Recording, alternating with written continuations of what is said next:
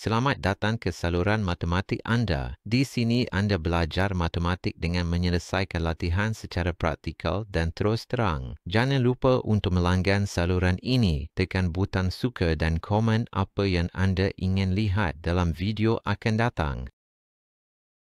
Hari ini kita akan selesaikan soalan tentang ungkapan ini. Pertama sekali, kita perlu analisa sama ada apa-apa dalam kurungan yang perlu diselesaikan. Dan di sini kita ada penafian ini, tolak 5.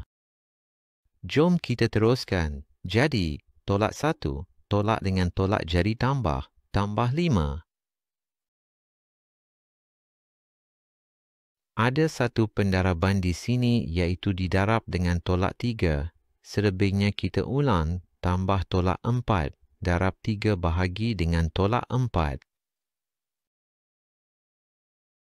Sekarang, mengikut urutan keutamaan, kita perlu selesaikan pendaraban dan pembahagian dari kiri ke kanan.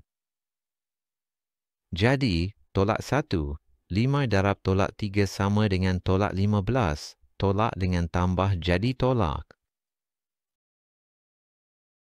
Sekarang yang seterusnya di sini, tolak 4 darab 3, tolak dengan tambah juga jadi tolak 12. Dan kita ulang di sini, bahagi dengan tolak 4. Sekarang ada pembahagian yang perlu diselesaikan. Jadi, mari kita selesaikan yang ini. Ulang yang selebihnya. Tolak 1, tolak 15. Tolak 12 bahagi dengan tolak 4. Tolak dengan tolak jadi tambah. Jadi akan jadi tambah 3.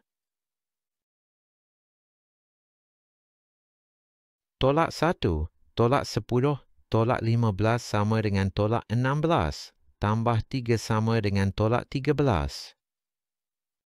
Jadi jawapan yang betul ialah huruf A, tolak 13. Baiklah, jangan lupa langgan saluran ini, tekan butang suka dan komen yang anda ingin lihat dalam video seterusnya. Jumpa lagi.